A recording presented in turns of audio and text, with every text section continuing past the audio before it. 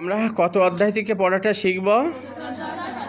চতুর্দশ অধ্যায়ের নাম কি? এখান থেকে আমরা কত নাম্বার শ্লোকটা শিখব?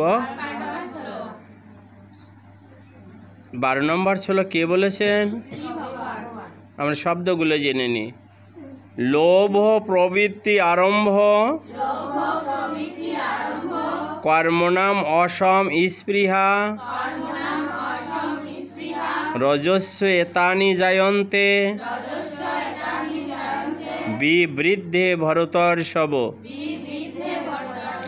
লোভ প্রবৃত্তি আরম্ভ কর্মণাম অসম স্পৃহা রজস্ব এতানি জায়ন্তে বিবৃদ্ধে ভরতর্ষভ। আমরা যদি অনুষ্টাপ ছন্দে পাঠটা শিখি তাহলে কি হবে? লোভ প্রবৃত্তি আরম্ভ কর্মণাম অসম স্পৃহা রজস্ব এতানি জায়ন্তে বিবৃদ্ধে ভরতর্ষভ। লোভ প্রবৃত্তি আরম্ভ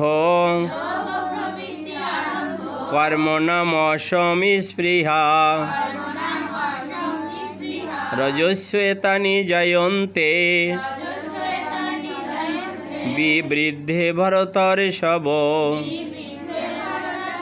হে ভরতশ্রেষ্ঠ, রজগুণের প্রভাব বর্ধিত হলে লোভ, কর্মে প্রবৃত্তি, উদ্যম, অশান্তি ও বিষয় ভোগের স্পৃহা বৃদ্ধি পায়।